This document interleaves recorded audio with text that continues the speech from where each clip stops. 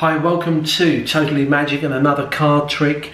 This one is a prediction effect, but it's live, and what I mean by that, the trick's called live stream, and it uses a deck of cards, and unlike most magicians that tend to have a prediction ready an hour before, a day before, a week before, we're actually going to write the prediction of a card that you choose as it's happening.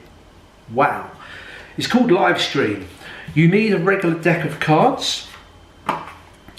Okay, and it is just a regular deck. Let me just show you that, 52 cards. We'll give them a quick shuffle, and you're going to choose a card from here in a moment. I'll show you the backs as well.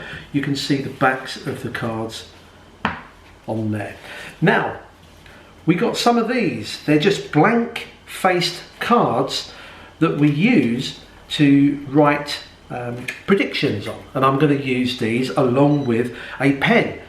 However, I don't want you to see what I'm going to write, so let me just get this off. Oops, goes up. Right, no peeking. And I'm going to have a premonition of the card that you are going to pick. Sounds amazing, but let me just write this down.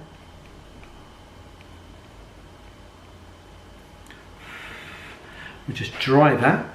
Now, the reason I don't want you to see it, in case it influences your choice. There it is there. There's my prediction. Now, the cards themselves have been shuffled. What I'd like you to do is to cut half the pack, okay, and give those to me.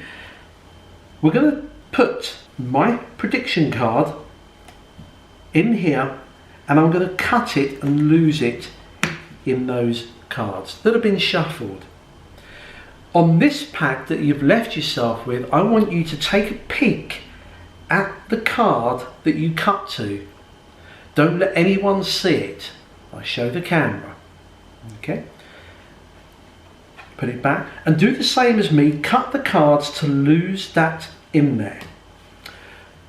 At this stage, my live prediction is in here somewhere. Your chosen card is somewhere in there. I tell you what, in case you think my shuffling isn't too good, I'd like you to take these cards and can you give them a shuffle? Okay, now they will then shuffle the cards. This is the spectator doing this. This is going to blow you away. Look, as we go through the cards, something amazing is happening. You see, I made a prediction. I knew what card you would pick before you chose it. And as we go through, we come to my prediction. Can you see what is written on that card? It is, your card is next. And there it is there. Despite being in separate halves of the pack, despite you shuffling them, my prediction about your card being next is correct. Practice and enjoy. So here is a tutorial for this great trick which goes by a name of Next. I called it live stream, but this is a submission from one of the viewers, and his name is Will Magic Man. He submitted this trick to me and said feel free to use it. However, I have made a few changes to suit my ability, but I will tell you how his worked, and it was probably a better variation than what I did. Let me show you why. First of all, it's a very simple trick to set up. You need just a regular pack of 52 cards. There's nothing faked or odd about these at all. You then need some of these. You can buy these blank face cards, and what you do is you write on one of them, your card is next. That's what you write on one of them. The others are just blank, just have a few. The other thing is, which you probably recognise, our ever faithful non-working pen. Now, I know a lot of magicians don't like using these, but I think these are great. Just a little tip here is when you use these, two things: don't leave them lying around the house, because people in my family tend to pick these up and say it's not working, they throw it in the bin. But all you do is you leave the lid off for a few weeks and it totally dries out. The other thing is, when you're performing with one of these, always put it in your pocket once you've written your prediction. The reason being, because in the past what I've done, I've left it on the table, performed a trick, a guy's come up and he wanted my number written on the back of his business card. He picked the pen up, went to write my phone number on the back of his card, and it didn't work and kind of gave part of the trick away. So when you're using these, always put them in your pocket. But you do need a pen that doesn't write.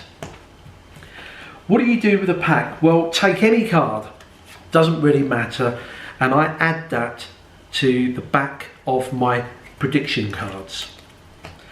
The deck of cards, I put this pre-prepared one at the back.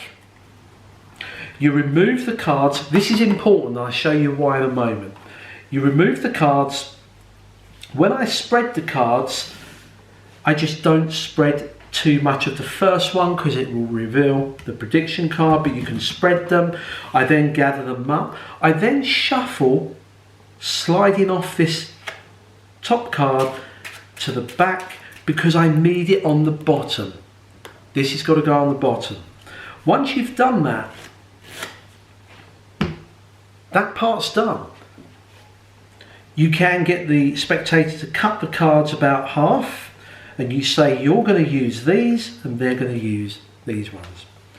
You then pick up this and you've got to pretend to write. So what I did, I just showed a few of these cards like this, and then eventually I take the lid off,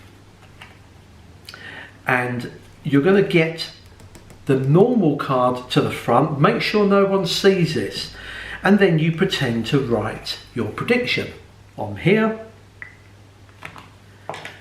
and we lay that down. The other cards can just go on the table. You then add this. They believe this is what you've just written, but it's just a regular. You put it on there and you say, I'm going to lose my prediction in here. You cut it like that. You then get them to look at a card, the 5 of hearts, and cut that. Now, by them cutting, they're actually putting your prediction card right on top, so they're together.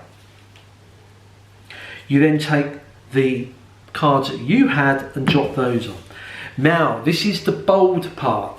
Very daring, and if you like a bit of danger in your performance, add a bit of spice, you're going to allow them to shuffle these cards. Not a riffle shuffle. It's got to be an overhand or a Hindu shuffle.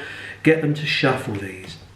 And this is where Will, who sent the trick in, his version is more reliable, but this is my let's take a gamble. When they shuffle these, let me shuffle these cards up. Now, I think you'll agree that's a pretty thorough shuffling. In fact, most spectators I know do a worse shuffle than that, okay, in blocks and etc. Now, my theory is every time I've done this and shuffled the cards, if I shuffle them a couple of times, I've never managed to separate my prediction card from their selection. I've never had that happen. So when you go through the cards, this card here, your card is next, and there is their card. It works every time. And I know what you people out there are thinking, yeah, but what if it goes wrong? Well, try this yourself. Get 2 cards in the pack, a 3 and a queen, put them in the middle, give it a shuffle, have a look, they're still together, give it another shuffle, they're still together, and you'll find, obviously if you shuffle them loads and loads of times, it's going to eventually disturb the order, but I've found that they stay together 99.99% of the time. What do I do if it doesn't on the odd occasion? Well, then in magician's terms we have an out. If when I'm dealing these I come up with this and I deal the next card and it's not their card. In fact, let me just do this. So let's just say that I was dealing the cards out like this. Your card is next. There it is there. And they say, no, that's not it. What? The King of Diamonds wasn't your card? They will say, no. And you say, well, what was it? And they'll say the 5 of Hearts. And then you'll say, well, when I said the next, I didn't mean the immediate next. That one, that one, that one, that one. I'm actually kidding you. Your card is in there. This is my real prediction. And when I open the box, I said your card is next. There you go. There is your card. But honestly, it is. What do you say? The 5 of Hearts?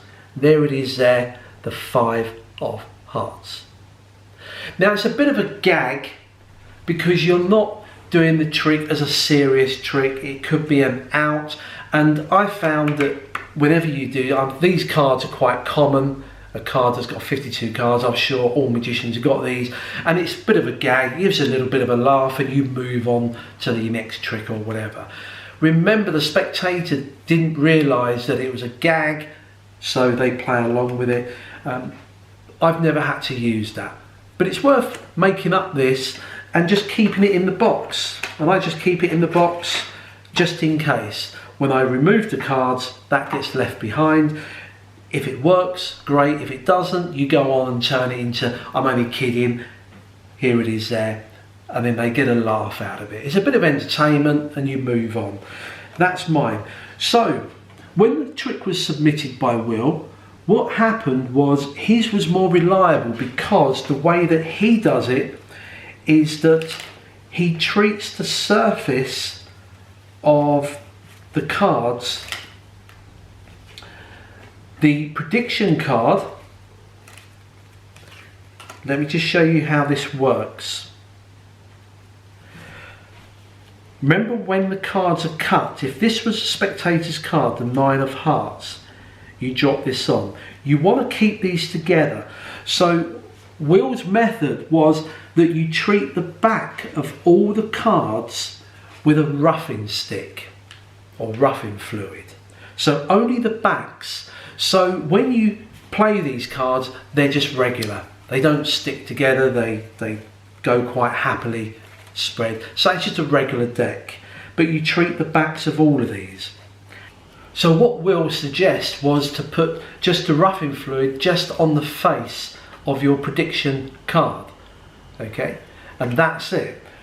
That way, once they've cut the cards, the chances of them coming apart as someone shuffles, none of the other cards grip except those 2 cards, and that gives you a much stronger outcome in the chances of it not separating.